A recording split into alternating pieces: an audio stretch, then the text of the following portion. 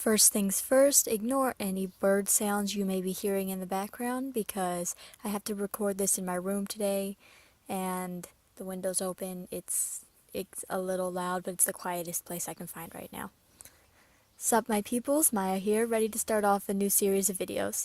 I'm guessing that I'm just going to take a break from Zexal videos for the time being so I can try out some Arc 5 content. Exciting, eh? My whatever the hell this thing is, useless discussion is still pending, so look forward to that in a little while as well. In this series, I will be doing a couple videos every 50 episodes or so, discussing different things I noticed from theories I have, connections to be connected, stuff I liked and didn't like, just the usual content you find in your standard Yuki-tubing video. I am watching the sub version of Arc 5 at the moment, so I'll be using the original Japanese names. So I hope you guys will know what I'm talking about most of the time. While I have watched a couple episodes ahead at the time of writing this script, this video will only cover information enclosed in the first 49 episodes, and I'll be tromping forward like I have never seen spoilers before and haven't watched ahead. So in other words, for the first 49 episodes, spoilers, probably. Warning you right now. See you after the intro.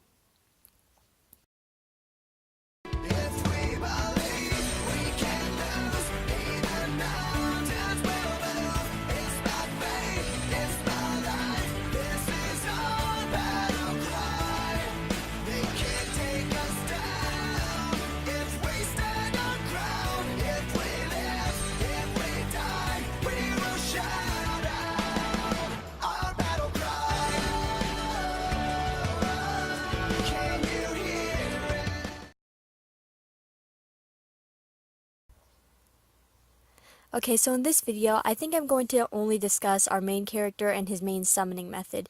And even though I'm sure 1,000 people have already done it, I'm going to do it myself because screw everyone else, I do what I want. So here we have our main character, Sakaki Yuya. I will be completely honest in saying that I didn't like Yuya when I first started watching. I thought he was trying too hard and not making the impact where it mattered. I thought he was whiny, kind of annoying, and a little bit vain. If you've watched my Zexal appreciation videos, you're probably saying to yourself, "But Maya, you liked Yuma. Yuma was all those things, but on steroids." And to be completely frank, I didn't like Yuma at first either. In fact, I don't think I've liked any of the main characters right off the bat. I get dragged in by smaller details until the main characters become something worthy of my attention. That's just how it always has worked with me and Yu-Gi-Oh! There was one difference between Yuma and Yuya that I did kind of note. Yuma always seemed to genuinely enjoy dueling. Even if he was getting knocked flat on his ass, you could tell that the card games brought him great joy. I didn't feel like it was the same thing with Yuya, especially in the beginning. I felt like he was doing all his entertainment dueling for other people, and that it didn't bring any joy to him. If you don't know, I like to fancy myself as a writer, and before you ask, no, I don't write Yu-Gi-Oh! Fanfiction. I don't read fanfiction that much. And one thing I know that ruins a story is writing for other people. Don't get me wrong, I do write to make people smile and laugh and cry, but that all comes second, because as much as I love people enjoying my work, I know that I have to enjoy it personally, otherwise no one else will feel the same way. And it's the same thing with dueling. You have to enjoy what you do before you can have others enjoy it too. I feel like Yuya was trying too hard to please the crowd and lost sight of having fun himself. And I know that sounds kind of cliche, but in the beginning of the show, I feel like if a character truly enjoys dueling, he should show it in the beginning, before he gets hit face first with the plot. That is something I look for in a Yu-Gi-Oh! Protagonist. I like when, at first, the main character truly seems to like dueling. Dueling is something fun for them, and maybe they dream about being the best or something like that. I like that about Yuma, and I also like that about Judai. More Yuma than Judai, but that's a whole different discussion for later. That being said, Yuya did grow on me, like all the protagonists did at one point. I like his entertainment dueling style, and I like his catchphrases, believe it or not. If he stopped having a crisis every time it looked like he was about to lose, then I think that would have made him a better character, because having to learn the same lesson over and over is kind of annoying. Okay, I get it, stop having a flashback. If you were just a consistent character to begin with, then maybe you wouldn't have to have forgotten to laugh in the first place. Like I said, it did take a bit of time, but again, I started to like Yuya when the plot began to kick in. He stood by what he believed in.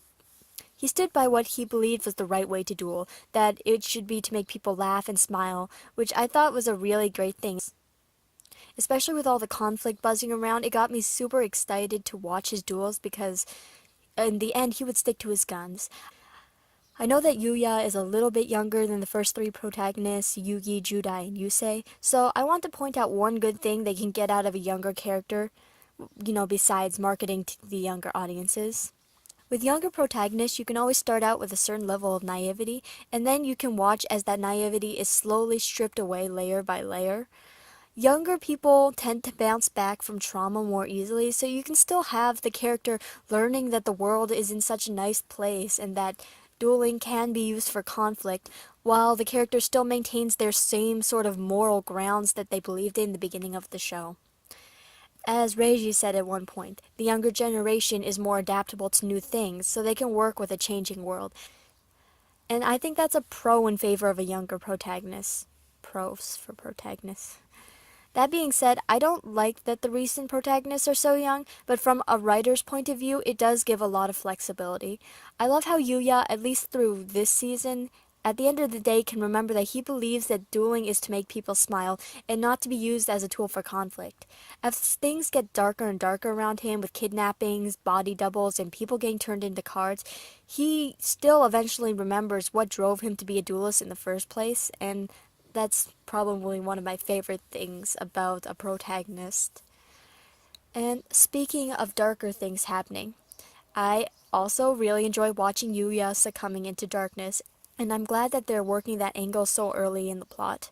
That's something that the writers did correctly in my opinion, so that we have time to feel the build up to whatever the darkness leads to. It added a twist to him that I really do enjoy. The insanity of darkness almost reminded me of early and late GX, like the first and fourth seasons. It reminded me of the darkness that engulfed Fubuki or Atticus in the dub. It was something that was always part of the character and something that constantly needed to be controlled. And the way they portrayed it in Arc 5 with kicking and screaming like Yuya was being possessed, I found it hair-raising and epically done. By the way, no spoilers on the rest of Arc 5, please.